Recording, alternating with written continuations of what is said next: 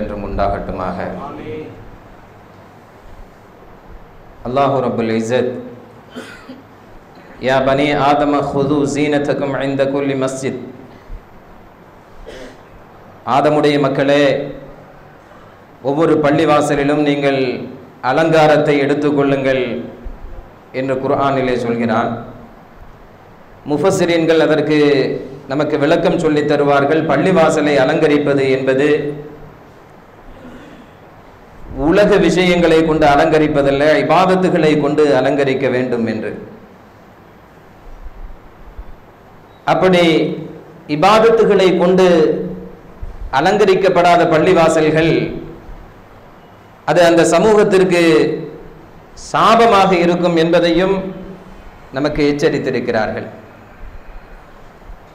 இபாதத்துகளால் அலங்கரிக்கப்பட்டு கொண்டிருந்த பாபரி மஸ்ஜித் ஏறத்தாழ 450 ஆண்டு காலங்கள் பழமை வாய்ந்து இந்தியாவினுடைய மத ஒற்றுமையை உலகத்திற்கு பறைசாற்றிக் கொண்டிருந்த அந்த மஸ்ஜித் சில அரசியல் காரணங்களுக்காக ராம ஜென்ம பூமியாக பரப்பப்பட்டு இந்திய முஸ்லிம்களுடைய இதயங்களிலே குடியிருந்த அந்த இறை இல்லம் 1992 தகர்க்கப்பட்டது. ஏறத்தாழ 23 ஆண்டுகளாக மீண்டும் அந்த பள்ளிவாசல் கட்டித்தர வேண்டும் என்பதற்காக வேண்டி பல்வேறு ரீதியான போராட்டங்கள் இந்தியா முழுவதும் எடுத்துச் செல்லப்படுகிறது. நாமும் அந்த போராட்டங்களிலே கலந்து கொள்கிறோம். அதே நேரத்தில் 92க்கு பின்னால் முஸ்லிம் சமூகத்தினுடைய சிந்தனை அரசியல் ரீதியாக, அமைப்புகள் ரீதியாக வலுப்பெற்ற பொழுது இபாதத் ரீதியாக இந்த சமூகம் செய்ய வேண்டியதை மறந்துவிட்டது என்றே கூட சொல்லலாம். பாபரி மஸ்ஜித் கட்டித்தரப்பட வேண்டும் என்பதற்காக வேண்டி போராடக்கூடிய நம்மில் பல பேர் அன்றைய தினம் சுபுகும் லுகரும் கூட தொழாமல் அந்த போராட்டத்திலே கலந்து கொள்கிறோம் என்பதை நாம் கொஞ்சம் நிதானமாக சிந்தித்து பார்க்க வேண்டும். இன்றைக்கு இந்திய இஸ்லாமிய இளைஞர்களுக்கு முன்னால் இருப்பது 2 வழி. ஒன்று தாவா, மற்றொன்று ஆயுதம் எடுப்பது. ஒன்று தாவா, மற்றொன்று ஆயுதம் எடுப்பது. இஸ்லாமிய இளைஞர்கள் எதை எடுப்பது, எதை செய்வது என்று திணறிக் கொண்டிருக்கிற ஒரு காலகட்டத்தில் தான் மீண்டும் பாபரி மஸ்ஜிதை இன்ஷா அல்லாஹ் இஸ்லாமிய இளைஞர்கள் தாவா என்கிற ஆயுதத்தை கையில் எடுத்தால் யார் எடுத்தார்களோ அவர்களாலேயே கட்டித்தரப்படும் என்கிற ஒரு நம்பிக்கையை இஸ்லாமிய இளைஞர்களுக்கு ஏற்படுத்துவதற்காக வேண்டித்தான் சகோதரர் பல்பீர் சிங் ஆக இருந்த ஆமிர் அவர்களை இன்றைய ஜும்மாவிற்கு நாம் அழைத்தோம். கடந்த வாரமே சொன்னேன், தமிழகத்தினுடைய மாவட்டங்களில் முஸ்லிம்கள் மிகச் சிறுபான்மையாக வாழ்ந்து கொண்டிருக்கக்கூடிய குமரி மாவட்டத்தினுடைய கோட்டாறு, இடலாக்குடி, வெள்ளாடிச்சிவிளை என்பது தமிழக காவல்துறை அளவிலே ஒரு பிளாக் லிஸ்டாக இருந்து கொண்டிருக்கிறது. சகோதரர் ஆமிர் அவர்கள் வருகை தந்து விட்டார்கள்.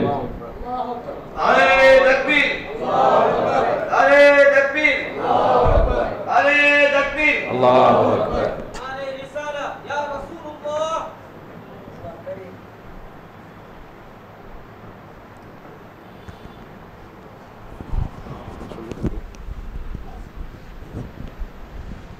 இன்ஷா அல்லாஹ் எல்லோரும் பார்க்கணுங்கிறதுக்காக வேண்டியது எல்லா மாடியிலையும் டிவி அரேஞ்ச்மெண்ட் பண்ணியிருக்கோம். அதனால் மழையிலெல்லாம் நினைஞ்சு இங்கே நிற்க வேண்டாம். இதை விட சிறப்பாக இன்ஷா அல்லாஹ் மேலிருந்து பார்க்கவும் முடியும், கேட்கவும் முடியும். தொடர்ந்து சகோதரர் ஆமிர் அவர்கள் நமக்கு முன்னால் உரையாற்றுவார்கள்.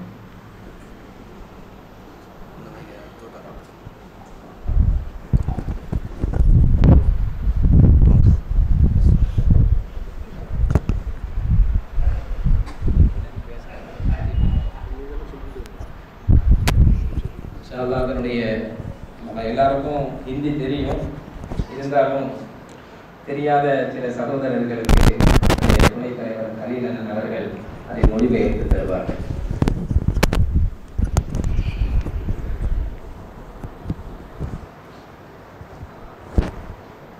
अस्सलामु अलैकुम वरहमतुल्लाहि वबरकातुहू। नहमदु रसूलिल्लाह करीम सल्लल्लाहु अलैहि वसल्लम। अम्मा बाद, मेरे बुजुर्ग और भाइयों, खुसूसन उलमा इकराम, आप लोग तमिलनाडु में पैदा हुए, आपको तमिल समझ में आती है। मैं हरियाणा में पैदा होता, मुझे हरियाणा की बात समझ में आती है।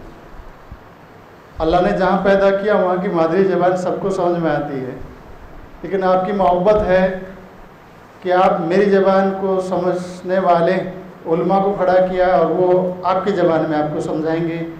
थोड़ा वक्त तो लगता है, ये आपकी मोहब्बत की निशानी है कि आप मुझ जैसे जाहिल की बात सुनने के लिए जमा हो।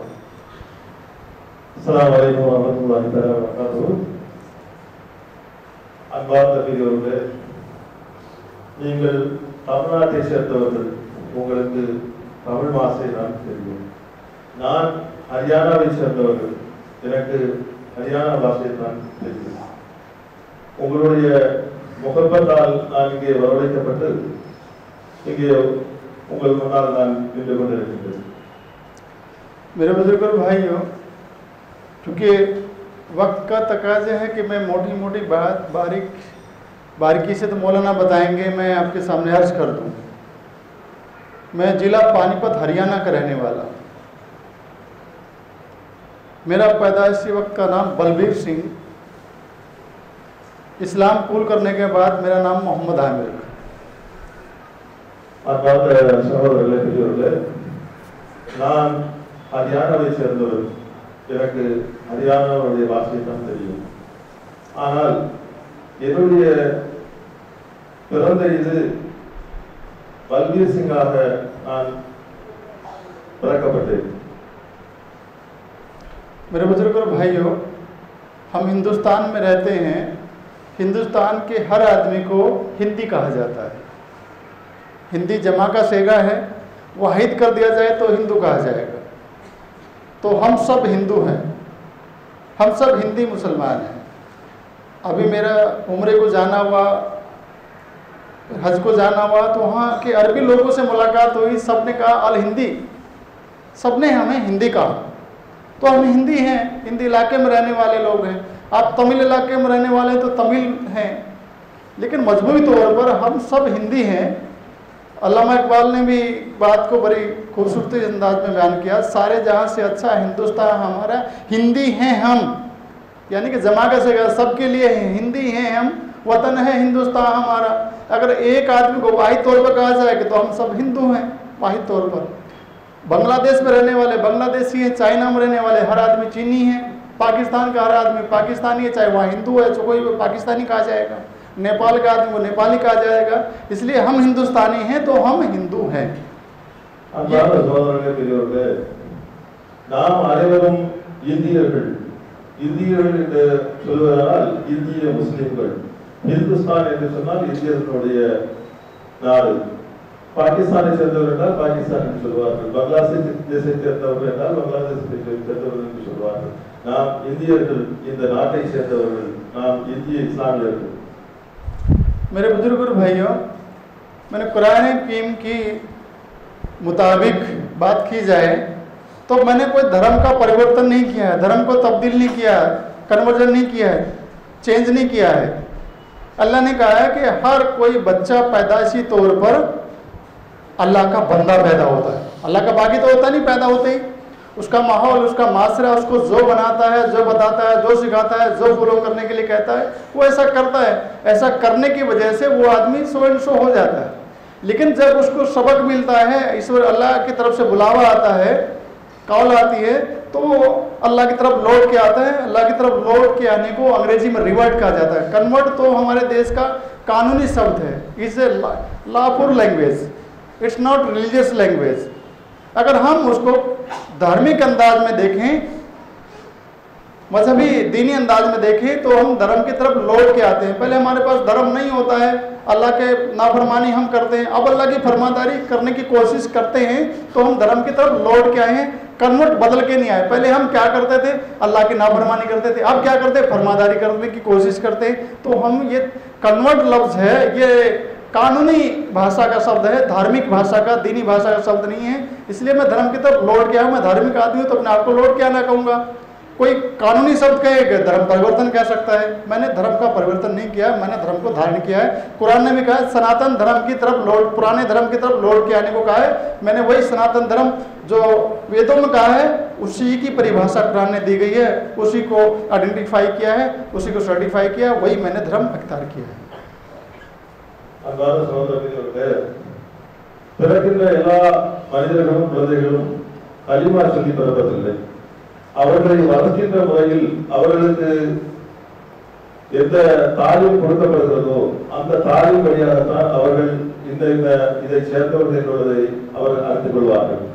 ஆகையால் நான் ஆரம்ப காலத்தில் நான் கலிமா சொல்லவில்லை. என்னுடைய கலிமா சொல்வதற்கு என்னுடைய பின்னணியில் என்னுடைய குடும்பத்தார் யாரும் அதற்கு முன்வரவில்லை.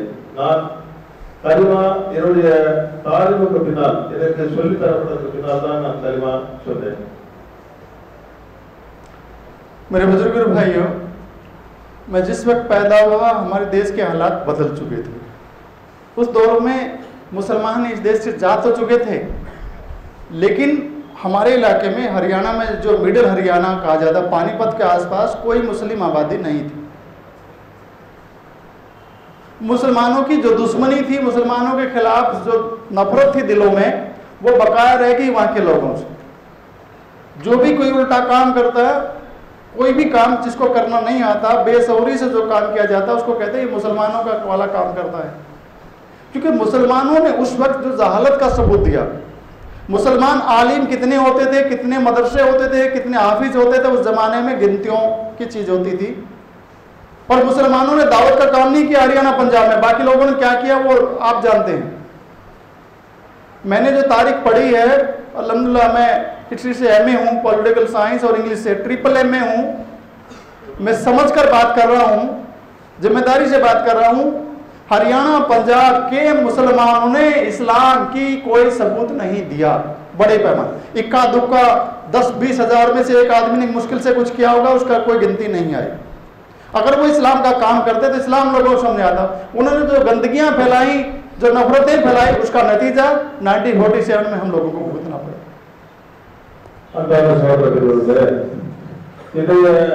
அரசாங்கத்தினுடைய காலகட்டத்தை நினைத்து பார்க்கின்ற போது எங்களுடைய ஹரியானாவில் பஞ்சாபிலும் இஸ்லாத்தை பற்றி சொல்வதற்கு, தாவா செய்வதற்கு யாரும் முன்வரவில்லை.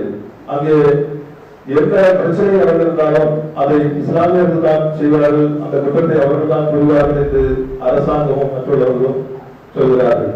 நான் அந்த காலகட்டத்திலே என்னுடைய படிப்பு இது, அவர்கள் ட்ரிபிள் எம்ஏ படிச்சிருக்கிறார். அவரு இஸ்லாத்தை பற்றி தெரிஞ்சுக்கிறதுக்கு அங்க பஞ்சாபிலையோ ஹரியானாவிலோ யாரும் தாவா செய்யறதுக்கு முன்வரவில்லை. இஸ்லாத்தை பற்றி தெரிகிறதுக்கு எதுவுமே யாரும் முன்வந்து சொல்றதுக்கு யாரும் வரல. அங்க இஸ்லாம் பரப்பப்படல, இஸ்லாமியர்கள் யாருமே அங்க இல்லை. ஒரு சில பேர் இருந்தவங்க அவ்வளவு அரசாங்கத்தால் மிகவும் வருத்தப்படக்கூடிய அளவுக்கு நடத்தி கொண்டிருக்கிறார்கள். मेरे बुजुर्गों भाइयों, मैं बड़ी लंबी तफसील में ना जाते हुए इतना आज कर दूं, जब हज़रत मौलाना हुसैन मदनी रहमतुल्लाह अलैह को उनके पीर मोहतरम ने वहाँ की जिम्मेदारी देनी चाहिए, उनके सामने जिक्र किया तो हज़रत हुसैन मदनी रहमतुल्लाह अलैह वहाँ जाने से ठिठक रहे थे। पीर साहब हुक्म दें तो मामूर का क्या काम होता है, खुशी खुशी जाना। उस इलाके में ऐसी जहालत, ऐसा डर लगता था उस इलाके में जाने से, नौसत थी उस इलाके की कि कोई जाना पसंद नहीं करता था। उसके बाद यही जिम्मेदारी हज़रत अलमिया रज़ी रहमतुल्लाह ने अपने खलीफा मिजाज हज़रत मौलाना कलीम सिद्दीकी साहब को जब जिम्मेदारी दी तो उनके सामने जो हालात आए हैं वो आप कभी उनकी ज़बानी सुन लेंगे। जब भी गोया के और वहाँ के लोगों ने हज़रत हुसैन मदनी रहमतुल्लाह अलैह की बेहुरमती की, गोया उनका निरादर किया, तिरस्कार किया, उनके सामने बेइज्जती उनकी की, नंगे होके उनके सामने डांस किया, नाचे। उस जमाने में हजरत हुसैन मदनी रहमतुल्लाह के आगे जिस वजह से उन पर जो हालात अजाब आए, जब बुजुर्गों की नाफरमानी होती है, उलमा इकराम की नाफरमानी होती है, तब इलाकों पर ऐसे अजाब आते हैं। ऐसा नहीं हो जाता कि ऐसे ही जो अजाब नाजिल हो जाते हैं। अजाब नाजिल होने की कुछ वजह होती है। துவக்கலுக்கு குறிப்பிட்டு சொன்னது போல அவர்கள் இஸ்லாமியர்களாக பொறுப்பேற்ற காலகட்டத்திலே அந்த மனிதர்கள் அவரை சுற்றியிருந்த மனிதர்கள் அத்தனை பேரையும் அவர்களை இழிவுபடுத்துவது போலவும் அவர்களை கேலி செய்வது போலவும் அவருக்கு முன்னால டான்ஸ் ஆடுவது போல அவரை கேலி சித்திரமாக பயன்படுத்தி அவர்களை அந்த அளவுக்கு இழிவான முறைகளை தான் அந்த இஸ்லாமிய தலைவர் அவர்களை இந்த சுடு தின்றவர்கள் செய்தார்கள் என்பதை மறக்க முடியாது. मेरे बुजुर्ग भाइयों, क्योंकि मुझे अपनी कारगुजारी सुनानी है, आप मेरी कारगुजारी सुनने के लिए आए हैं, इसलिए मैं अपनी कारगुजारी रखूँ रहा हूँ। आप मेरी कारगुजारी सुनने के लिए आए हैं, मुझे मालूम है आप बयान तकरीर सुनने के लिए तो आए नहीं हैं और ना मैं इसका अहल हूँ। मैं इस्लाम कबूल करने की कारगुजारी आपके सामने रखता हूँ।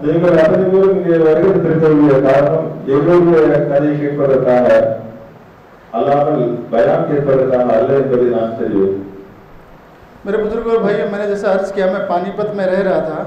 जब प्राइमरी एजुकेशन लेने के बाद जब हम हाई क्लास के एजुकेशन के लिए सिटी में आए तो गांव के सिटी के माहौल में बहुत बड़ा चेंज आया। मैं गांव में पैदा हूँ, करिया में पैदा हूँ। सिटी के लोगों में मुसलमानों के खिलाफ गांव में भी एक नफरत पाई जाती थी, सिटी में भी एक नफरत थी।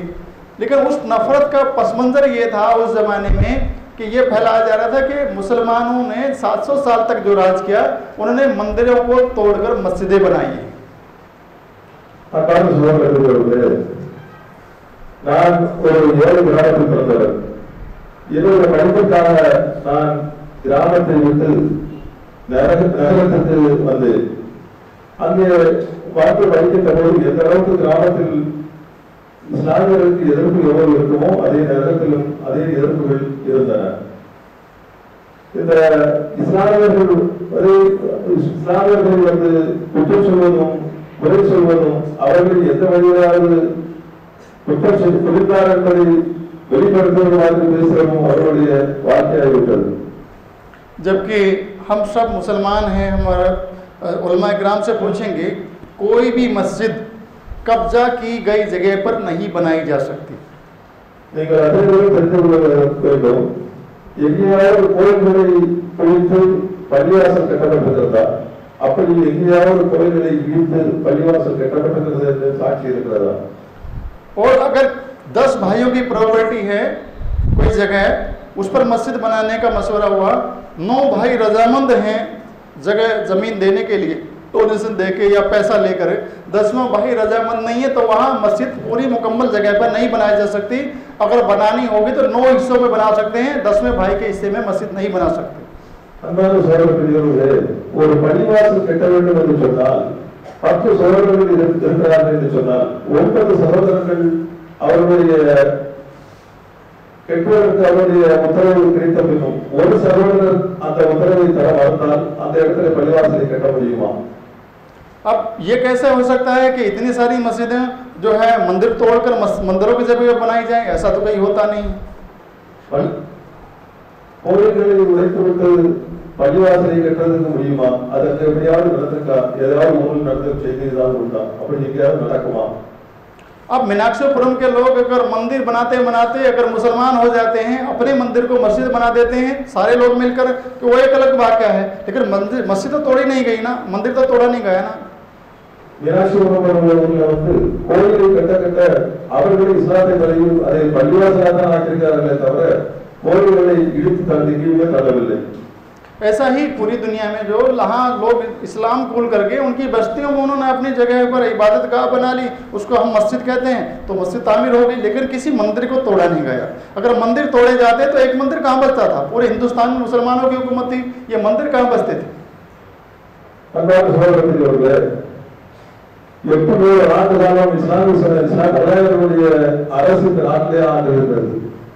அவர்கள் நினைத்திருந்தால் இந்த கோயில்கள் அத்தனையும் அப்புறப்படுத்தி விட்டு அத்தனை கோயில்களையும் பள்ளிவாசலாக மாற்றிருக்க முடியாதா? அப்படி எங்கேயாவது சரித்திர வரலாறு இருந்தால் கோயிலை இடித்து விட்டு பள்ளிவாசலை கட்டினோம் என்று। लेकिन मेरा मौजू मस्जिद तोड़ना, मंदिर बनाना ये नहीं था। मेरा सिर्फ अपने मौजू की अपनी जो बात रखनी है, मुझे उसकी एविडेंस में, उसकी भूमिका में, उसकी प्रीफेस में जो बात रखनी है वो ये है कि हिंदुस्तान में इस तरह से मंदिर नहीं तोड़े गए। जो महमूद गजनवी ने जो इस मंदिर पे हमला किया उसका पस मंजर अलग है, क्योंकि उस मंदिर के जरिए एक गुमराही ये फैलाई जा रही थी। एक बीच में धातु की, मेटल की जो है स्टैचू था, उसके चारों तरफ मैग्नेट लगाए गए थे। उस मैग्नेट्स के जरिए जो है स्टैचू बीच में लटक रहा था। उसके जरिए कहा जाता था ये वही बहुत ही चमत्कारी स्टैचू है, इसका एक फला है। तो उसके जरिए जो गुमराही फैलाई जा रही थी, मिसगाइड किया जा रहा था, उस मिसगाइडेंस को अवेयर करने के लिए, उसके सारे बताने के लिए वो चीज़ें, पिलर उसके बराबर में तोड़े गए, हटाए गए, वो मैग्नेट हटाया गया। और कुछ ऐसे लोग भी थे जिन्होंने दरवाजे में सोने और चांदी और कुछ जेवर लगा रखे थे, उनको जरा कुछ अखरोचे उस पर आई थी, लेकिन मंदिर को नहीं तोड़ा गया था। उस स्टैचू के आसपास के जो पिलर है वो हटाए गए। और कुछ एक दो और घटनाएं ऐसी हुई, इसके ज़्यादा कभी ऐसा कुछ नहीं हुआ। நான் என்னுடைய வாழ்க்கையிலே எந்த பள்ளிவாசலையும் இடித்து கோயிலை கட்டுவதற்காக நான் நினைக்கவே இல்லை. ஆனால் இந்த கோயிலுக்குள்ளே, பள்ளிவாசலாக இருந்த கோயிலுக்குள்ளே திடீரென்று மேக்னெட் வீழ்படுத்தி ஒரு சிலையை அந்த பள்ளிவாசலுக்குள்ளே செலுத்தி அங்கே பிரார்த்தனைகளையும் தங்கத்தையும் வெள்ளியும் எல்லாத்தையும் கொண்டு வைத்து அவர்கள் அங்கே கடவுள் இருந்ததாக சொன்னார்கள். मेरे बुजुर्ग और भाइयों, हम जिस माहौल में जी रहे हैं, हिंदुस्तान के लोग हैं, हिंदुस्तान पे कोई आफत आए, कोई परेशानी आए, अब फ्लड आया, बारिश आई, अब क्या रेन हुआ, पानी भर गया, लोगों को सबको प्रॉब्लम हुई। उसमें हिंदू, मुसलमान, सिख, ईसाई सबको परेशानी हुई। एवरी इंडियन इंटरवल, अगर हम सब परेशानी एक दूसरे की शेयर करें तो हम हिंदुस्तान में भी टर्बल है। हम हिंदुस्तानी बेस पे सोचें तो हम भाई भाई हैं, लेकिन हम जब ये चीज़ें हमारे बीच में जो डाल दी गई हैं, मैं उस पर जिक्र कर रहा हूँ। अल्हम्दुलिल्लाह मैंने खाली डिग्री ही नहीं ली, उसके बाद उस पर रिसर्च किया तो हिंदुस्तान में कभी नफरत का काम हिंदुस्तान के लोगों ने तो नहीं किया। कुछ बाहर के आने वाले लोगों, कुछ बिगड़े लोग उस जमाने में करके, कुछ बिगड़े लोग आज कर रहे हैं। किससे नुकसान हुआ? अभी कोई दंगा होता है, एक इंजीनियर मरता है, एक डॉक्टर मरता है, तो एक इंजीनियर, एक डॉक्टर को बनाने के कितना वक्त खर्च किया जाता है हमारी गवर्नमेंट की तरफ से, हमारी सोसाइटी की तरफ से कितना डोनेशन किया जाता है, कितना खर्च किया जाता है। मेरे बुजुर्गों भाइयों, हम हिंदुस्तान को लाचार, बेबस बना रहे हैं, हिंदुस्तान को स्ट्रॉन्ग नहीं कर रहे हैं। हमें स्ट्रॉन्ग करना है तो आपस में भाईचारा मजबूत करना होगा। भाईचारा मजबूत करने के लिए, ब्रदरहुड को मजबूत करने के लिए, स्ट्रॉन्ग करने के लिए हम लोगों को एक्चुअल स्टेटस जानना होगा। एक्चुअल स्टेटस जानकर जिसमें जो कमजोरी, अपनी गलती मान ले, तस्लीम कर ले, एक्सेप्ट कर ले, फिर आसानी होगी कि हम एक दूसरे के भाई बन के रह पाएंगे, तब आसानी पैदा होगी। இந்தியா என்று சொல்லுகின்ற போது நாம் இஸ்லாமியர்களாக இருந்தாலும், மற்றவர்கள் மாற்று மதத்தை சேர்ந்தவர்களாக இருந்தாலும், நாம் அனைவரும் ஒற்றுமையாக உள்ள சகோதரத்துவத்தை எந்த அளவுக்கு வழங்குகிறோமோ அந்த அளவுக்கு இந்தியாவில் நமக்கு நல்ல ஒரு மதிப்பு மரியாதை கிடைக்கும்.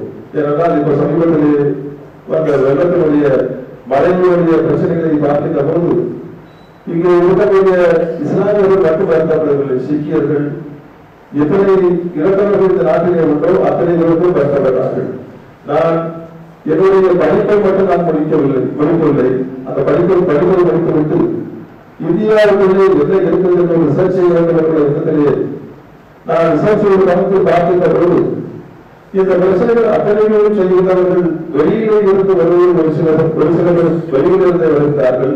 ஒரு சிலவர்கள் அங்கே வரவேற்பதற்கு கீழே கொஞ்சம் இருக்கக்கூடிய அந்த வளாகம் தரப்படக்கூடிய ஒரு சில குரூப்புகள், இவங்கள் தான் சேர்ந்துதான் ஒட்டுமொத்தமான இவங்க இஸ்லாத்தை கட்டுவதையும் இங்கே மத பிரதேசம் போன்றதான் என்பதை நான் ரிசர்ச் பண்ணுவது எனக்கு நல்ல தெளிவாக தெரியப்படுது. अल्हम्दुलिल्लाह मैंने 1 जून 1993 को इस्लाम को लिया। 1 June 1993 I accept Islam, I मिरस by Islam at now 23 years. நான் 1993 இஸ்லாத்தை தழுவினேன். ஏறத்தாழ 23 ஆண்டு காலம் நான் இஸ்லாத்தை தழுவி ஆகிவிட்டது. माई इस्लामिक एज इज 23। मेरी इस्लाम कबूल करने की उम्र 23 साल है। 23 साल में अल्हम्दुलिल्लाह मैंने जो सीखा है, कुरान हदीस को ट्रांसलेटेड अंदाज में अपनी ज़बान में पढ़ा है, तफसीर को पढ़ा, तो मैंने जो पाया इस्लाम अलग है, मुसलमान बिल्कुल अलग है। அல்லாஹ் நல்லது. நான் இஸ்லாத்தை தழுவுகின்ற போது என்னுடைய வயது 23. நான் இஸ்லாத்தை தழுவுகின்ற சமயத்தில் பள்ளிவாசலில் லா இலாஹ இல்லல்லாஹ் முஹம்மது ரசூலுல்லாஹ் என்ற கலிமாவை சொல்லுகின்ற போது அல்லாஹ் குர்ஆன் இது அத்தனையும் தனியாக இருக்கிறது, முசல்மான் நாம் அனைவரும் தனியாக இருக்கிறோம், அதில் ஈடுபாடு இல்லாதவர்களாக நாம் இருக்கிறது கண்டேன். और मुझे इससे ज़्यादा सफाई क्यों देनी पड़ रही है? क्योंकि कोई भी आकर कोई आलिम या कोई आदमी तकरीर करता है, उसके मामले अलग होते हैं। क्योंकि मैं इस्लाम कबूल किया है और एक ऐसे मामले से ताल्लुक़ मेरा रहा है जिसका जिक्र किया जाता है, जिसकी वजह से सेंसिटिव माहौल बन जाता है। इसलिए हम लोग सेंसिटिव माहौल क्रिएट करने वाले नहीं हैं, हम तो उसको सोल्यूशन करने वाले, प्यार मोहब्बत से उसको बताने वाले लोग हैं कि क्यों ऐसा हो गया, मैंने क्यों इस्लाम कबूल किया, किस तरह से इस्लाम कबूल किया। मेरी कारगुजारी के बाद कभी टेंशन पैदा नहीं होती, लेकिन मुझे एक डर लगता है जब मैं किसी अलग लैंग्वेज वाले इलाके में आता हूँ, ट्रांसलेशन का मसला होता है, कहीं ट्रांसलेशन में कोई दिक्कत ना हो जाए, कहीं और दिक्कत ना हो जाए, मुझ पर बहुत बड़ा प्रेशर होता है और मैं कोई ऐसी गलत बात मेरे जरिए या ट्रांसलेटर के जरिए समझने की वजह से ऐसा ना हो जाए कि कोई गलती पैदा हो जाए, कोई भ्रांति हो जाए, कोई मिसअंडरस्टैंडिंग ना हो जाए। इसलिए हम लोग बहुत संभल के काम करते हैं।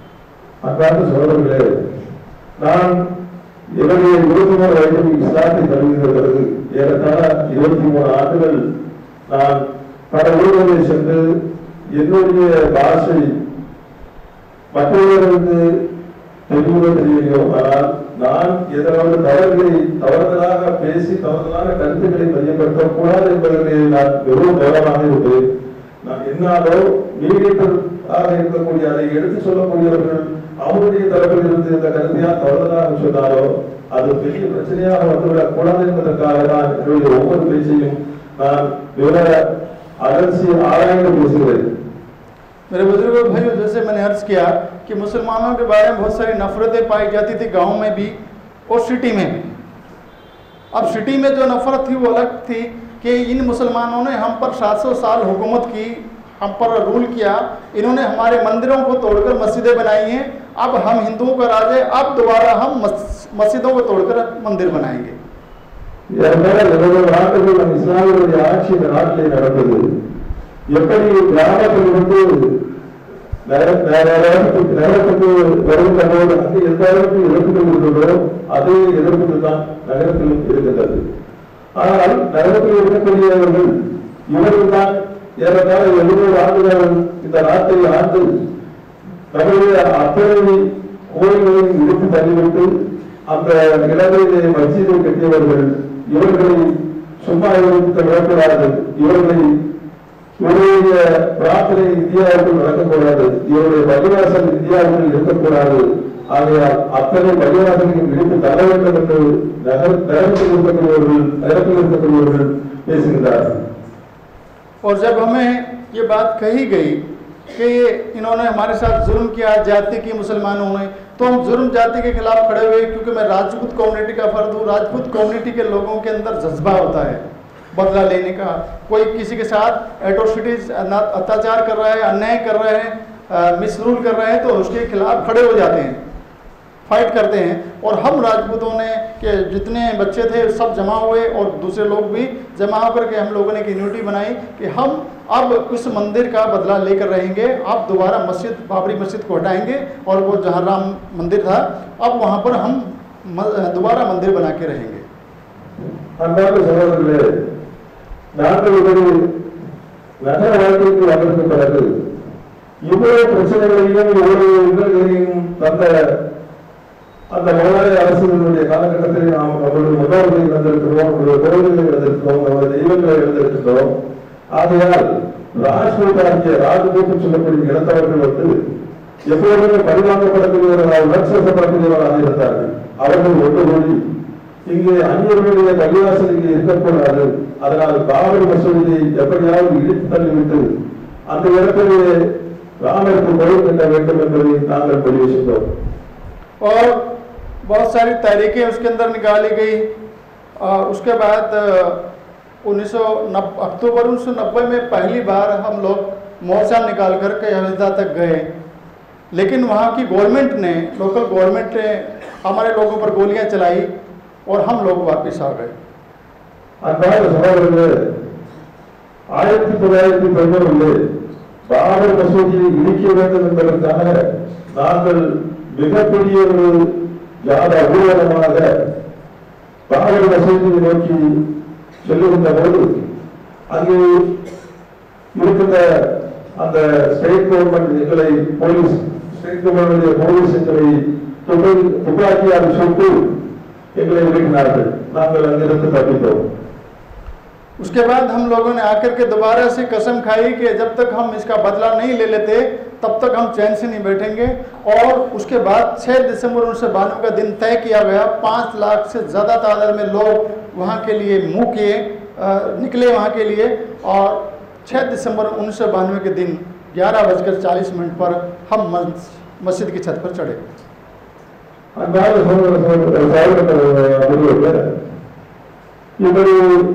போலீசாரால் துப்பாக்கி சூடு நடத்தப்பட்டு நாங்கள் விளக்கப்பட்டு நாங்கள் அனைவரும் ஒரே இடத்திலே கூடி இதற்கு வரி வாங்கிய தீர வேண்டும், இந்த பள்ளியை உடைத்தே தீர வேண்டும் என்று கங்கணம் கட்டி ராஜ்புத் அதிகாரிகள் நாங்கள் அத்தனை பேரும் ஒருங்கிணைந்து வருகின்ற டிசம்பர் 6ஆம் தேதி ஏறத்தாழ 5 லட்சம் பேர் நாம் அங்கே ஒரே இடத்தில் கூட வேண்டும், அந்த பள்ளியை இடித்து அப்புறப்படுத்த வேண்டும் என்பது எங்களுடைய அந்த கூட்டத்தினுடைய முடிவாகிட்டு।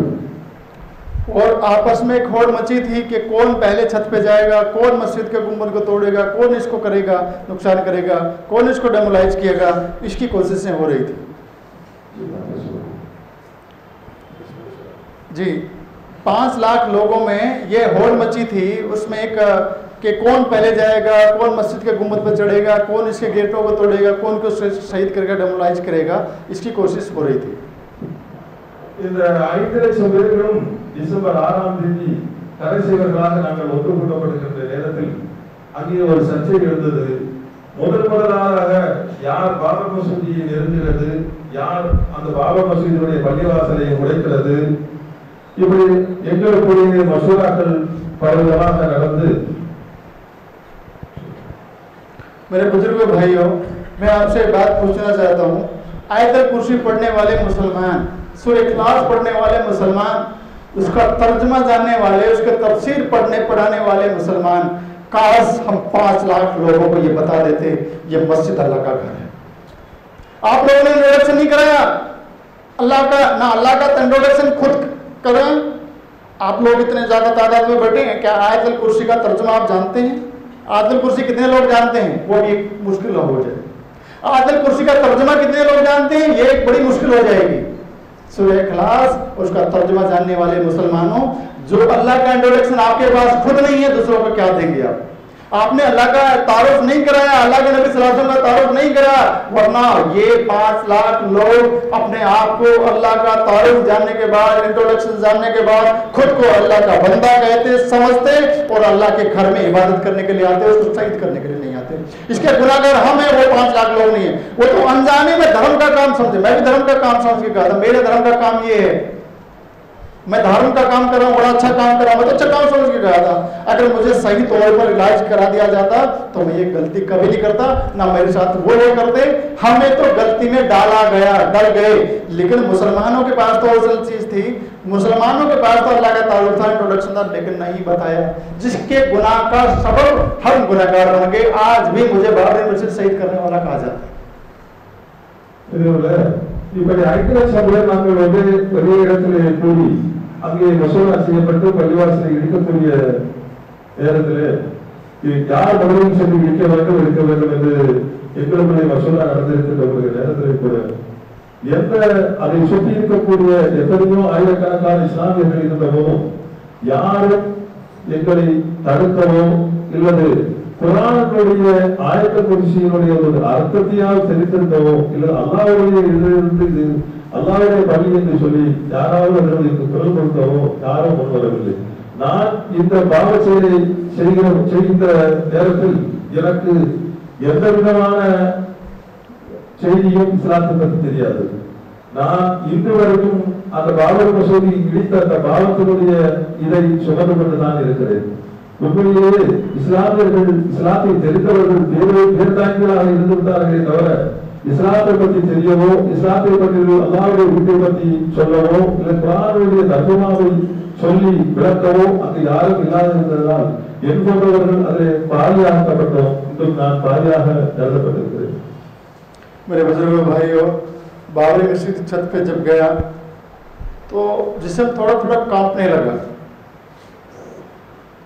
तो मुझे लगा कि काफी ऊंचाई भी चढ़ रहा हूँ, इसलिए जिस्म कांप रहा है। छत पे गए तो पूरी तरह लड़ने लगा, वाइब्रेट टाइप हिलने लगा। பெரியவர்களே, நான் பள்ளியிலே பாபர் மசூதி பள்ளிவாசல் மேலே சென்றடைந்த போது, பள்ளிவாசல் மேல் ஏறி நிற்கின்ற போது என்னுடைய உடம்பெல்லாம் ஒரு நிமிஷம் நடுங்கிவிட்டது. நான் என்னுடைய மனதிலே என்ன நினைத்துக் கொண்டிருந்தேன் சொன்னால், எனக்கு என்னுடைய மார்க்கத்தை பற்றி தான் சொல்லி தந்தார்கள், அதனுடைய மூல பழக்க வழக்கங்களை தான் நான் நம்பியிருந்தேன். நான் செய்யக்கூடிய காரியம் இறைவனுக்காக செய்கிறேன் என்னுள்ள எண்ணத்தில் தான் பாபர் மசூதி மேலே ஏறி நின்றவுடன் என்னுடைய உடம்பு எல்லாம் நடுங்கி விட்டது ஒரு நிமிஷம்.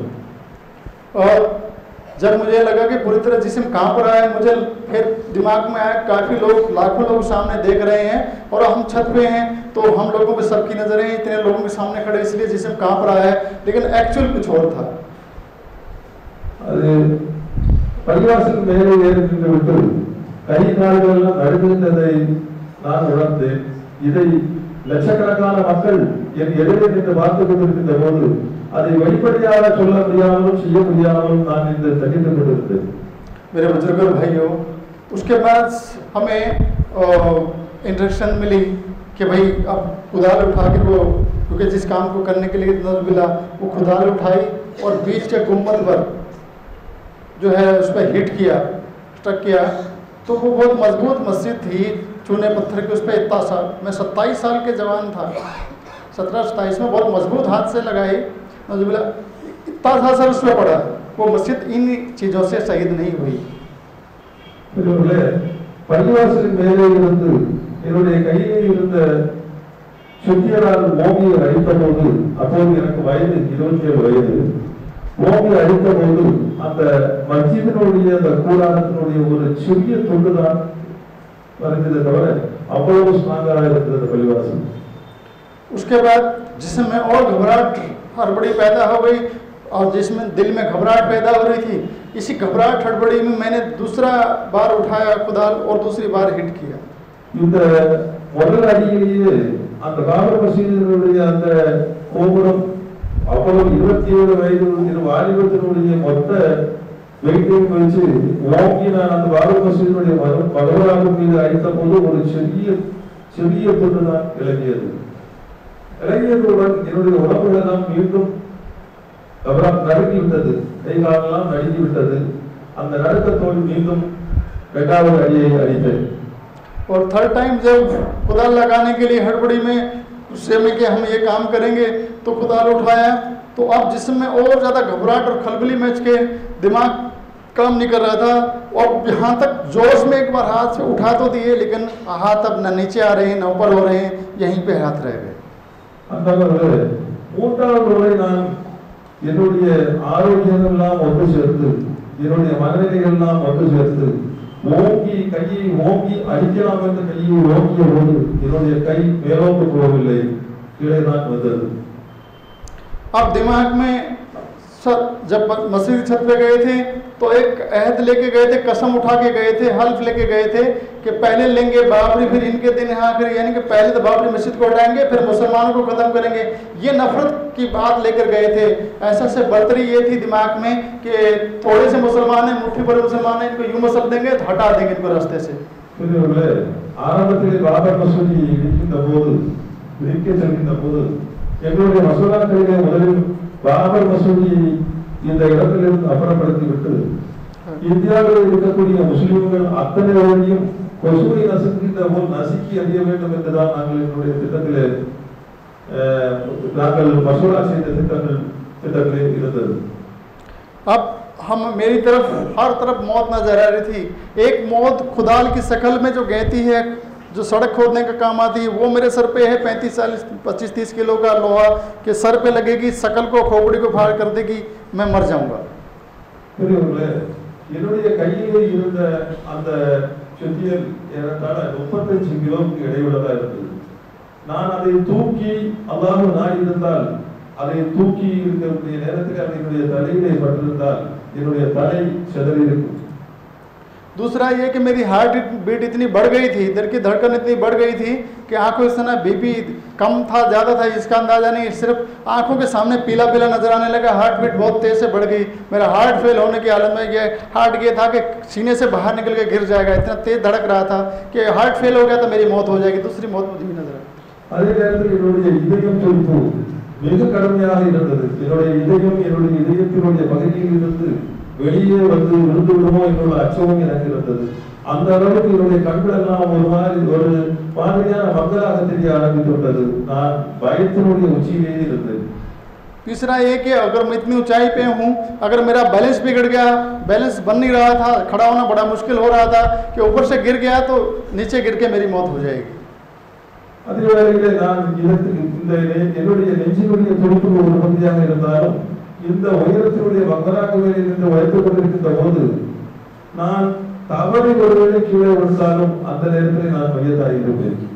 चौथे नंबर की बात सबसे अजीब ये थी कि पहले तो मुझे यकीन था थोड़े से मुसलमान इनको हम यूं मसल देंगे, मार के भगा देंगे, पाकिस्तान भेज देंगे, ये करेंगे वो करेंगे, लेकिन फिर दिमाग में अब मुसलमानों का डर मेरे दिल में आ गया कि ये मुसलमान बड़े जिहादी बड़े आतंकवादी होते हैं और ये जिहाद का फतवा दे देंगे. जो हम लोगों को ये पहचान लेंगे, इस भीड़ में देखने आए होंगे, ये बाद में हमें ज़रूर मारेंगे, ये लोग कसम के पक्के होते हैं और ये एक बार ठान लेते हैं कोई बात, अगर एक बार उसको तैयार कर लिया, जहन में तैयार कर लिया कि इसको मारना तो ये मार के छोड़ेंगे, ये हमें मारे बगैर नहीं छोड़ेंगे, हमारी मौत तो पक्की है. ये डर में एक अलग सताने लगा कि मुसलमान मुझे मारे बगैर नहीं छोड़ेंगे. அப்படி இருக்கின்ற போது மனதிலிருந்து இதயத்தில் இருந்து என்னுடைய இதயம் வெளியே வந்துவிடுமோ என்ற அச்சத்தில் நாங்கள் இருந்தோம். நான் இருந்தேன். அவ்வளவு உயரத்திலிருந்து கீழே விழுந்தால் நான் மையத்தாகி விடுவேன். ஆனால் நாங்கள் முதலில் எங்கள் மசூராவிலே வந்து முசல்மான்கள் கம்மியானவர்கள் தான் இருப்போம், அவர்கள் நசுக்கி விடலாம். அதனால் பாபர் மசூதியை இடித்த உடனேயே முஸ்லீம்கள் அத்தனை பேரையும் நாம் கொலை செய்து விட வேண்டும் என்று நினைத்தோம். ஆனால் பிறகுதான் தெரிந்தது முஸ்லீம்களுடைய எண்ணிக்கை கூடுதலாக இருந்தது. அவர்களுக்கு ஈமான் பவர்ஃபுல்லான ஈமான் இருந்தது. அவர்கள் எங்களை பழிவாங்காமல் விடமாட்டார்கள், எங்களை கொலை செய்யாமல் விடமாட்டார்கள் என்ற எண்ணங்கள் எங்களுக்கு தோன்றியது. अब मेरी तबीयत खराब हो रही थी तो मेरे पीछे मेरा साथी जो ज़िला सोनीपत हरियाणा का ही रहने वाला है जोगिंदर पाल सिंह, उसने वो उठा और उसने मेरी कमर तक उसके हाथ पहुँचे, क्योंकि मैं ऊंचाई पे था, वो पीछे था. उसने मुझे कमर से पकड़कर दूसरे लोगों की सहायता से हेल्प से नीचे उतारा और मैं ज़मीन पर जिंदा तो पहुँच गया. என்னுடைய உடல்நிலை ரொம்பவும் மோசமாகிவிட்டது. அப்போது நான் எல்லாவதற்கு மேலே நான் இருந்தால் என்னுடைய கீழே ஜோகிந்தர் சிங் அவர்கள் என்னுடைய இடுப்புக்கு கீழே நின்று கொண்டிருந்தார். அவர்கள் என்னை கைத்தாங்களாக இடத்தில் கொடுத்து என்னை மெதுவாக இறக்கி என்னுடைய உடல்நலம் சரியில்லாமல் என்னுடைய கைகால்கள் நான் ஆடினான். உடல்நலம் முற்றிலும் சரியில்லாததாக இருந்தால் என்னை மேலிருந்து கீழே இறக்கிறார்கள். नीचे आने के बाद मुझे डर लगने लगा कि ये तो मुसलमान नहीं हो सकता है ये भी हर मुसलमान दाढ़ी नहीं रखता, टोपी नहीं पहनता, कुर्ता पजामा नहीं पहनता, हो सकता है ये भी मुसलमान हो, ये भी मुसलमान हो. मैं सबको पहचानता नहीं था. अब यही लगता था ये भी मुसलमान हो सकता है, ये मुझे मारना दे, ये मुझे मारना दे. अब जरा सी दाढ़ी किसी की नज़र आती थी तो डर लगने लगता था कि ये मुसलमान है, ये मुझे मारे बगैर नहीं छोड़ेगा और पागलों जैसी हालत मेरी बनने लगी. நான் இப்படி இறக்கப்பட்ட போது கீழே இறங்கிய போது ஒவ்வொரு நபர்களையும் காணுகின்ற போது நான் இவர்கள் இஸ்லாமியர்களாக இருப்பார்களோ, இவர்கள் என்னை கொண்டு விடுவார்களோ, இப்படி தாடி வைத்தவர்களை கண்டால் எனக்கு பயம் தன்னால் வந்துவிடும். ஒவ்வொரு மனிதர்களையும் நான் இப்படி பார்க்கின்ற போது இஸ்லாமியர்கள் இவர்கள் என்னை கொண்டு விடுவார்களோ, இவர்கள் என்னை கொண்டு விடுவார்கள் அச்சத்தோடு நான் பல காலங்கள் வாழ்ந்தேன். और इसी हालत में जब घर गए तो घर तक जाते जाते इतना बुरा डर गए थे कि कौन मुसलमान रास्ते में मुसलमानों की बस्तियाँ होंगी वो हम पे हमला कर देते, ट्रेन से आए थे कि न जाने कैसे. डर डर के बड़ी मुश्किल से गए और वही डर दिमाग में रहता रहा. ख्वाब में भी वही डर आता था, पीछे मुसलमान लगे हुए दौड़ रहे हैं, ये गया बलबीर सिंह मस्जिद को तोड़ने वाला, इसको मारो मारो. और ऐसे हालत में आँख खुल जाती थी तो देखता था. मेरे को दिसंबर के महीने में नॉर्थ इंडिया में बहुत ठंडी होती है, सर्दी होती है, कोल्ड होता है, उसमें मुझे पसीने आ जाते थे, इतना डर जाता था. ये डर मेरे दिल में बैठ गए. வீட்டுக்கு செல்கின்ற போது வழியிலே எந்த கிராமத்தை சேர்ந்தவர்களோ அல்லது வழியில் எந்த ஊரை சேர்ந்தவர்களோ என்னை இஸ்லாமியர்கள் பார்த்துவிட்டால் கொண்டு வருவார்களோ இந்த லட்சத்திலே ஒவ்வொரு அடியாக எடுத்து வைத்து நான் பயந்து என்னுடைய மனநிலையை இழந்தவனாக பைத்தியக்காரனை போல் நான் என்னுடைய வீட்டை நோக்கி செல்கின்ற போது வீட்டிலே சென்று தூங்குகின்ற இரவு நேரங்களில் கூட என்னை இஸ்லாமியர்கள் பின்பற்றுவது போல, இந்த இஸ்லாமியர்கள் கொலை செய்வது போல பல நாட்கள் நான் கனவு கண்டு திடீர்னு விழித்து அது ஒரு மிகவும் வேதனையாகவும் மிகவும் கஷ்டப்பட்டேன். अब मुझे मेरे साथ ही जिसको मैं जोगिंदर पाल सिंह जिसने मुझे वहाँ से बचाया, मैं उसको तस्कील करके बाबरी मस्जिद की शहादत में शिरकत के लिए ले गए और अल्लाह ने उसी को मेरा इस्लाम कबूल करने का जरिया बनाया। சகோதரர்களே, எந்த சகோதரர் என்னை பாபர் மசூதியில் என்னுடைய உடல்நிலை மோசமாகி என்னை கீழே இறக்கி விட்டு என்னை காப்பாற்றினாரோ அவருக்கு நான் இஸ்லாத்தை பற்றி தஸ்கீல் செய்தேன், அவரும் இஸ்லாத்தை ஏற்றுக்கொண்டார்.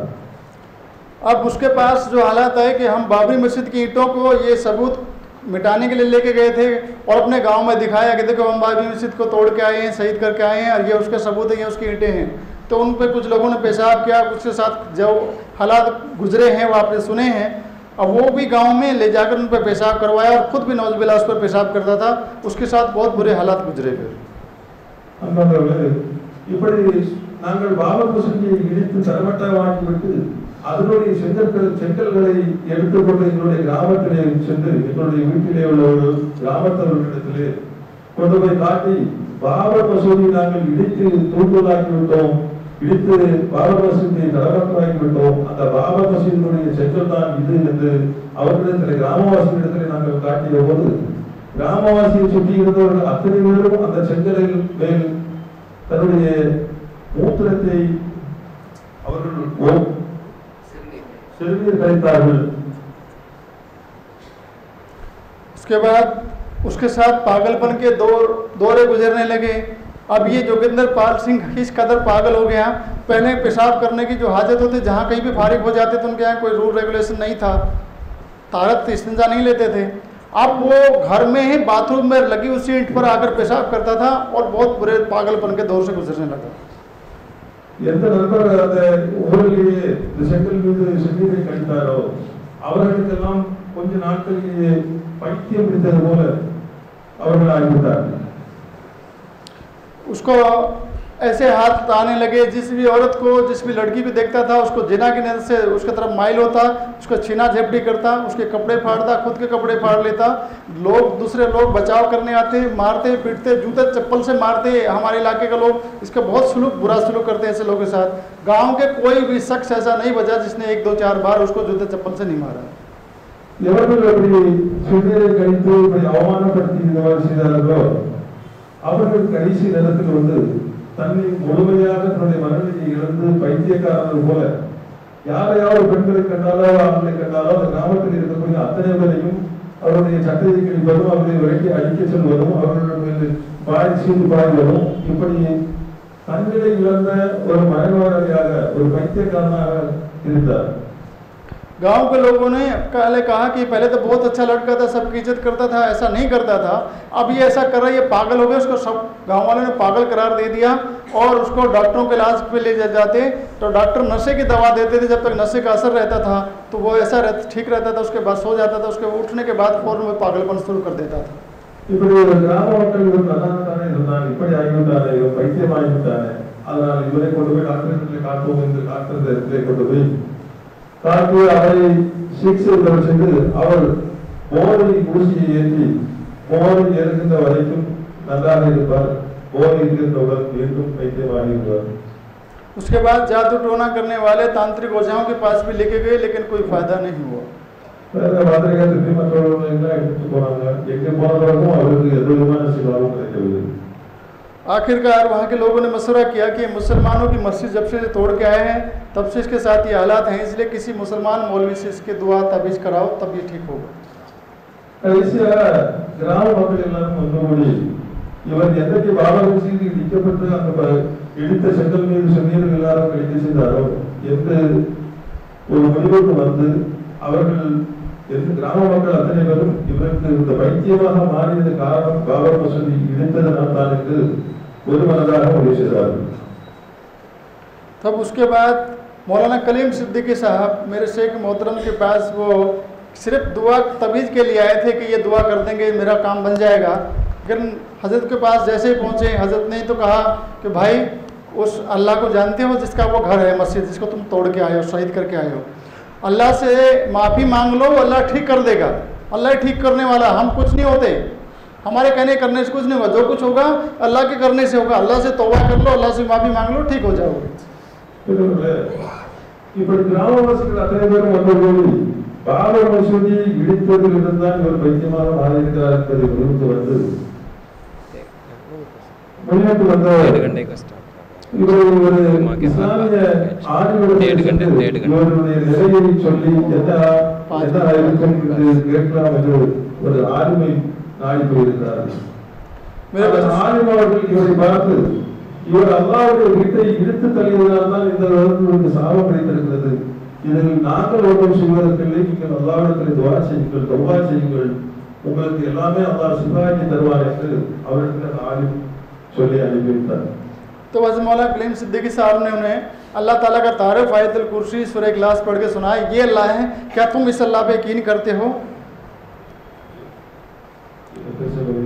आयतुल कुर्सी और सूरह इखलास समझाकर, बताकर, तफसीर सुनाकर बताइए, ये अल्लाह है, क्या तुम इस अल्लाह पे यकीन करते हो? ஆயத்துல் குர்சியை ஓதி அதனுடைய அர்த்தத்தை சொல்லி இதனுடைய இதை இந்த அர்த்தத்தை புரிந்து கொண்டமா நீங்கள் அல்லாஹ்வோடு துரோகம் செய்தீர்கள், அல்லாஹ்வுடைய வீட்டை இடித்தீர்கள் என்று கேட்டார். कि जी हाँ, मैं इस पर यकीन करता हूँ. அதற்கு பிறகு அவர்கள் இல்லை இனி நாங்கள் எந்த தவறும் செய்ய மாட்டோம், அதில் நாங்கள் இதிலே ஈமான் கொள்கிறோம் என்று சொன்னார். फिर बताया कि इस कमोबेश 1.25 लाख अंबिया, अवतार, नबी, पैगंबर, प्रोफेट हमारे बीच में आए हैं और सबसे आखिरी नबी जिनको वेदों में कल की अवतार कहा है वो हज़रत मोहम्मद सल्लल्लाहु अलैहि वसल्लम है, वो आप उन पर यकीन करते हैं? तो उन्होंने कहा कि जी हाँ. 1,24,000 நபிமார்கள் வந்தார்கள். அதில் இறுதி நபியாக நபி ஸல்லல்லாஹு அலைஹி வஸல்லம் அவர்களை நீங்கள் ஈமான் கொள்கிறீர்களா என்று கேட்டார்கள். तो उनको इस्लाम को पेश किया गया, कलमा पेश किया, तो उन्होंने कलमा पढ़ा और इस्लाम कबूल किया. சொல்லி நம்பிக்கை கொள்கிறீர்களா என்று கேட்டு கலிமாவை சொன்னார்கள். கலிமாவை சொல்லி இஸ்லாத்தை ஏற்றுக்கொண்டார்கள். उसके बाद उनको 4 महीने जमात में भेजा गया, दोनों बाप और बेटे. அதற்கு பிறகு அவர்களை 4 மாதத்திற்கு ஜமாத்துக்கு அனுப்பப்பட்டு இஸ்லாத்தினுடைய நெறிமுறைகளை தெரிந்து கொள்வதற்காக அனுப்பிவிட்டார்கள். अब ये देखिए कि वो पागल आदमी जिसको सब पागल करार दे चुके थे, कलमा पढ़ते ही जमात में गया, आपके सामने सही दुरुस्त हालत में आया, लंबी दाढ़ी, एक मौलवी की तरह बन के आया. இந்த இத்தனை கதைகளையும் நான் உங்கள் முன்னால் சொல்லிக் கொண்டு வந்தேன். தயவு செய்து நீங்கள் சிந்தித்து பார்க்க வேண்டும். என்னைக்கு நான் கலிமா சொல்லப்பட்டு ஈமான் கொண்டேனோ, இந்த நான் உங்கள் முன்னால் ஒரு இமாமை போல் நீண்ட தாடியோடு, தொப்பியோடு, திபாவோடு உங்கள் முன்னே நான் பைத்தியக்காரனாக இருந்த நேரத்தில் கலிமா சொல்ல அன்றிலிருந்து ஏறத்தாழ 23 ஆண்டு காலம் அவர் இஸ்லாத்தை தழுவி இந்த ஒரு இமாமை போல் உங்கள் முன்னாலே காட்சியளிக்கிறேன் என்று கூறுகிறார். अब ये जनवरी में इन्होंने इस्लाम कबूल किया, 10 जनवरी को. उसके बाद मई में ये 4 महीने जमात में जाकर के वापस आए. फिर मेरी तलाश की तो मैं भी सड़कों पे पागलों की तरह घूम रहा था, दाढ़ी वाले को देखता, चीखता था, छुपता था, फिरता था, इस तरह के मेरे हालात थे. मुझे भी पकड़कर मौलाना कलीम सिद्दीकी साहब के पास लेके आए. सोनीपत में हर महीने की पहली तारीख को वहाँ पे जलसा होता था, उस जलसे मुझे लेके गए और हज़रत मौलाना ने मुझे भी इस्लाम का इंट्रोडक्शन कराया. अल्हम्दुलिल्लाह मैंने भी बाज़ नमाज मगरिब के इस्लाम कबूल किया 1 जून 1993. அதே போல்தான் நானும் இஸ்லாத்தை அந்த ஆலிமிடத்திலே நீங்கி கொண்டு சென்று நானும் பைத்தியக்காரன் போல் பல காலங்கள் சுற்றித்திருந்த நேரத்தில் கூட என்னை அந்த ஆலிமிடத்திலே கொண்டு சென்று என்னுடைய நிலைகளை சொல்லி என்னையும் கலிமா சொல்லப்பட்டு பதிவுகளை நான் கலிமா சொல்லி இஸ்லாத்தை தருவேன். என்னையும் நான் ஜமாத்தோடு சென்று இஸ்லாத்தினுடைய மற்றொரு எல்லா இதுகளையும் தெரிந்தவர்கள். हज़रत ने मेरा नाम मोहम्मद आमिर रखा, कहा कि बलबीर सिंह रह के बहुत बर्बाद कर चुके हो, अब आप आमिर के माने हैं आबाद करने वाला, अब आप आबाद करने वाले बन जाओ. तो अल्हम्दुलिल्लाह मेरा नाम आमिर लिखने के साथ साथ जो मस्जिदें गैर आबाद थी सन 47 के बाद हरियाणा पंजाब में, उनको आबाद करने की कोशिश करते हुए 100 मस्जिदों का ऐद किया था. अल्हम्दुलिल्लाह 88 मस्जिदें अब तक आबाद हो चुकी हैं. பல்பீர் சிங்காக இருந்த நான் முகமது ஆமீராக மாறியிருக்கிறேன். பல்பீர் சிங் என்று சொல்லக்கூடிய பொருள் நான் அழிக்கக்கூடிய துவசம் செய்யக்கூடியவராக இருந்தேன். இந்த அல்லாஹ்வுடைய கிருபையினால் முகமது ஆமிராக இருக்கிறேன். दूसरा मेरे साथी का नाम जोगिंदर पाल सिंह से बदल कर मोहम्मद उमर रखे। उमर के माने तामीर करने वाला, कंस्ट्रक्शन करने वाला। तो हज़रत से उनका नाम रखने के बाद उन्होंने कहा कि हज़रत हमें बाबरी मस्जिद तोड़ने वालों के नाम से निकाल करके हमें मस्जिद बनाने वाला बना दीजिए। तो उन्होंने अब 100 मस्जिदें बनाने की जिक्र किया। अलहमदुलिल्लाह 48 मस्जिदें अब 6 दिसंबर तक उनकी बन चुकी हैं। அதேபோல நாங்கள் பாபர் மசூதி இடித்தது பிறகு எங்களை பாபரி மசூதி இடித்தவர்கள் என்ற பெயரை நீக்கிவிட்டு இன்று முதல் எங்களை பள்ளிவாசலை கட்டக்கூடியவர்களாக எங்களுடைய பெயரை நீங்கள் சேர்க்க வேண்டும் என்று சொல்லி எங்களுடைய நாங்கள் மசூதா சென்று ஏறத்தாழ 100 பள்ளிவாசல்களை நாங்கள் நிறுவுவோம் என்று சபதம் எடுத்து இந்த ஏறத்தாழ 48 பள்ளிவாசல்களை நாங்கள் கட்டி வந்து கொண்டிருக்கிறோம். मेरे बुजुर्ग और भाइयों, अल्लाह का शुक्र है हम कल तक काफिर मुशरिक न जाने क्या क्या कहलाते थे। कलमा पढ़ने की साथ इसकी बरकतें आप जैसे बुजुर्गों का साथ रहा, थोड़ी प्यार मोहब्बत आप लोगों से मिली, ये टूटा फूटा काम करने लगे। अल्हम्दुलिल्लाह मेरे जैसे गुनाहगार के हाथ पर 10,000 से ज़्यादा लोग कलमा पढ़ लेते हैं। சகோதரர்களே, நான் இஸ்லாத்தை தழுவியதற்கு பிறகு, நான் கலிமா சொன்னதற்கு பிறகு, 48 பள்ளிவாசல்களை கட்டியதற்கு பிறகு ஏறத்தாழ 10,000 நான் கலிமாவை ஏற்றுக்கொண்டு இஸ்லாத்தை உங்கள் மூலம் முகப்பத்தை பெற்றுக்கொண்டு இஸ்லாத்தை தழுவியதற்கு பிறகு நான் 10,000 பேருக்கு ஏறத்தாழ 10,000 பேருக்கு கலிமா சொல்லி இஸ்லாத்தை தழுவதற்குள்ள ஒரு மிகப்பெரிய ஒரு இதை நான் செய்திருக்கிறேன். तो मेरे बुजुर्ग और भाइयों, आप तो खानदानी मुसलमान हैं, आप तो यहाँ की ज़बान समझते हैं, आप भी तो लोगों को दावत देकर आप भी तो कलमा पेश कर सकते हैं।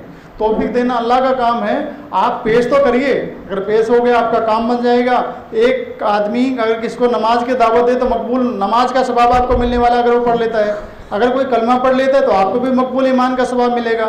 करेंगे ये काम इंशाअल्लाह इंशाअल्लाह. அதனால் நீங்களும் ஒவ்வொரு இஸ்லாமிய சகோதரர்களும் நீங்கள் மாற்று சமுதாயத்தை சேர்ந்தவர்களும் தொழுகையினால் இருக்கக்கூடிய இஸ்லாமியர்களுக்கும் நீங்கள் ஒவ்வொருவருக்கும் தாவத் செய்ய வேண்டும். தொழுகைப்பால் அவர்களை அழைக்க வேண்டும். மாற்று சமுதாயத்தவர்களுக்கு இஸ்லாத்தை பற்றி தெரிவிக்க வேண்டும். அவர்களுக்கு தாவத் செய்ய வேண்டும். அவர்களையும் ஒவ்வொரு மனிதர்களும் நீங்கள் அவர்களுடைய இஸ்லாத்தை தழுவ செய்ய வேண்டும். अगर कोई बीच में मामला आए तो मौलाना से भी मिल सकते हैं। और हमारे तमिलनाडु के अमीर हैं इस काम के, अब्दुल सालिम साहब अमूर के रहने वाले हैं, वो उनसे भी रब्ता कायम करके आप आपस में इस काम को कर सकते हैं। बहरहाल वक्त का हो गया है, जुम्मे का वक्त है, खुतबे का वक्त है। आप सभी हजरात से तहे दिल से मैं शुक्रगुजार हूँ कि आपने मेरी बात सुनी। और ख़ास तौर पर इस बात का जो है गलती भी मानता हूँ, अगर कोई बात समझाने में कहने में कोई गलती हो गई तो मुझे माफ़ कर देना। वाक़िर दाना अल्हम्दुलिल्लाह. ஏதாவது தவறுகளோ பிழைகளோ வந்தால் அல்லாஹ்வின் பிறகு நீங்கள் மன்னித்து கொள்ள வேண்டும். எங்களுடைய தாபாவுடைய எங்களுடைய அமீராக இருக்கக்கூடிய அவருடைய முகவரிகளை இமாம் பேஷ்மாம் இடத்தில் இருக்கிறது. நீங்கள் கூட அதற்கு வாங்கி தாவா பணிகளை செய்வதற்கு எடுத்துக் கொள்ளலாம். அவர்களுக்கு நீங்கள் முகவரி பெற்றுக் கொள்ள வேண்டும் என்று வாய்ப்புக்கு